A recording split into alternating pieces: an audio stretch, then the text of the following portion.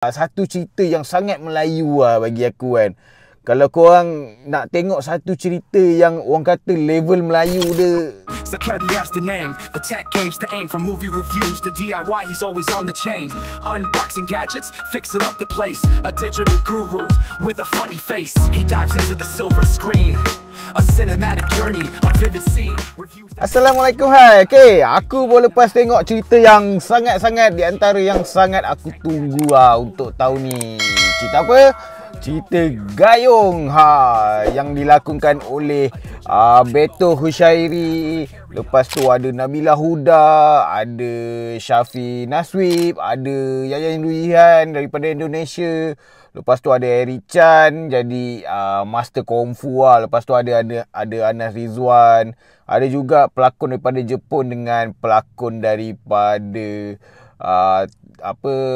Thailand. Lepas tu adalah lagi banyak pelakon-pelakon lain daripada luar negara lain pun ada juga. Aku cuma tak boleh recall lah, ataupun aku pun memang tak tahu nama dia kan.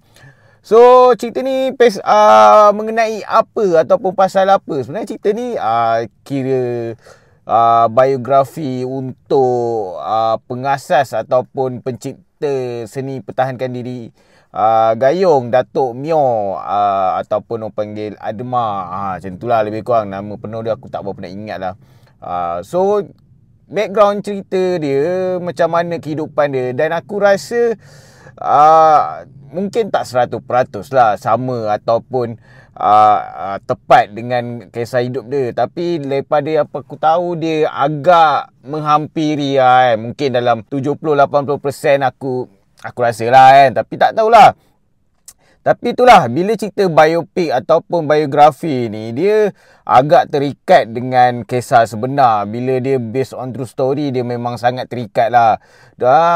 Yang kat situ akan menjadi penghalang untuk cerita ni dibuat lebih macam orang kata lebih gempak ataupun boleh ditukuk tambah dengan benda untuk jadikan dia lebih, orang kata, nilai movie tu lebih tinggi kan. Sebab kalau kau nak buat tambah lebih-lebih ni, nanti orang akan kata tak tepat lah. Tapi bila tak tambah tu, dia akan jadi sikit ataupun sikit sebanyak akan rasa ada something kekurangan lah. So apa yang best pasal cerita ni, permulaan dia agak baik lah bagi aku kan. Sebab dia bermula dengan action, dengan perlawanan. So kat situ, walaupun tak berapa nak panjang perlawanan tu, tapi dia still lagi satu perlawanan yang agak best juga kan. Ya, of course lah, Datuk Myo ataupun Myo ni dia menang lah kan. So ya, kat situ quite good juga. Mula pada awal-awal orang kata dia dah bagi dah kan. Tapi lepas tu dia sikit slow. Dia, yelah, sebab nak cerita pasal kehidupan ataupun sejarah Myo Adma nak tunjukkan kisah kehidupan dia. Dia berpindah ke Singapura apa semua kan. Kat situ dia akan slow sikit lah. Lepas tu apa juga yang lagi best, dia banyak nilai-nilai ataupun adab-adab orang Melayu diorang terapkan dalam cerita ni kan. Macam mana sikap ataupun adab kan orang Melayu melayan tetamu, beradab, bercakap dengan orang, bergaul dengan orang kan. Kat situ nampak nilai dan adab Melayu yang sangat-sangat orang kata sopan, sangat-sangat menjaga keharmonian, sangat-sangat menjaga hubungan antara saudara ataupun antara jiran ke apa semua kan. Kat situ bagi aku sangat best dia punya adab kemelayuan dia tu kan. Apa yang juga best, dia tak mendata. Dia bila part slow tu dia tak mendata lah kan. Dia tak just slow sangat. Dia ada masuk sikit-sikit komedi-komedi dia, light-light. Itu yang buatkan cerita ni tak bosan sangat lah. Bila part dia just orang kata drama ataupun part slow dia kan. Lakonan tak payah cakap bab lakonan Beto dengan Nabila Huda bagi aku gandingan yang sangat-sangat best dalam cerita ni kan. Emosi diorang, dia bila dia bagi emosi tu kita sampai. Dan Beto bagi aku, cerita ni Beto sangat-sangat perform bagi aku. Dia bukan sekadar berlakon dalam bentuk emosi ataupun lakonan yang sangat best, tapi bila dia bersilat tu, orang kata kan, dia buka bunga. Walaupun aku ni bukanlah pandai dari dalam bidang seni diri, dan aku memang tak tahulah kan, tapi aku nampak kat situ berapa cantik dia punya, orang kata, bunga dia bila dia lawan dia. Itu yang bagi aku, wah, sangat aku kagum dengan Beto kan. Dia memang sangat-sangat bagi aku sesuai lah berlakon dalam cerita ni. Dan itulah membawa kepada yang jadi kurang best.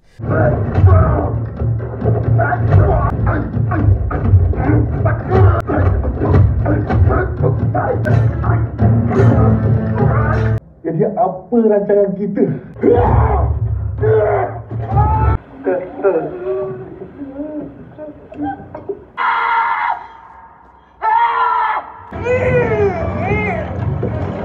Rasa kecil di bumi Allah ni.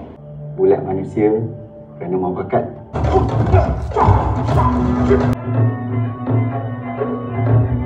Nio jauh lebih layak dari semua guru silat. Silat boleh lawan kungfu.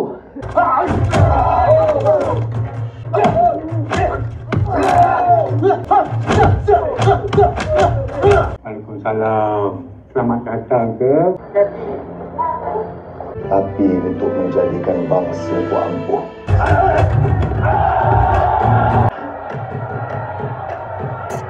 Sam seorang pendekar, tapi untuk membela diri dari dihina. Dia bukan kurang best apa tau. Bagi aku Beto dia dah bagi satu level yang sangat tinggi tau. Jadi dia kena ada bila berlawan tu, ataupun bila berganding dengan siapa-siapa untuk dalam satu-satu scene, dia kena orang tu pun sama ataupun lebih. Masa part dia dengan Yayan tu berlawan, bagi aku sangat setara, sangat best. Tapi bila part dia berlawan dengan orang lain tu, aku tak rasa. Ya, mungkin orang lain ada certain tu memang pandai seni diri, tapi mungkin dari segi seni diri diorang bagus lah. Tapi daripada segi lakonan sangat tak best, ataupun sangat biasa, ataupun kurang lah daripada Beto. Sebab Beto dia bukan menunjukkan seni diri yang best dalam lakonan, tapi lakonan dia yang memek muka dia, reaksi dia, semua sangat-sangat best. Jadi tu yang kadang-kadang bagi aku, bila dia berlawan dengan orang lain, kat situ akan ada sedikit rasa potong kan. Bila part tu rasa macam dia tak dapat gandingan yang setara. Tu yang jadikan agak potong bagi aku. Lepas tu ada juga pelakon tambahan ataupun pelakon sampingan. Lagi-lagi ada askar orang putih tu. Alah, aku cakap teruk jadi askar kan. Lembik sangat rupa, tak macam askar kan. Nampak sangat berlakon dia, nampak sangat kayu dia. Tu yang kadang-kadang bagi aku spoil lah juga bila part-part diorang tunjuk. Nasib lah tak banyak. Kalau banyak, tu yang bagi aku agak tak berapa nak best lah, ataupun kat situ yang jadikan potong. Lepas tu apa lagi juga yang kurang, CGI dia. Nasib baiklah dia tak banyak guna CGI. Tapi bila ada CGI tu, biasa lah. Mungkin itulah kelemahan paling besar dekat Malaysia. Aku tak tahu kenapa Malaysia boleh buat animasi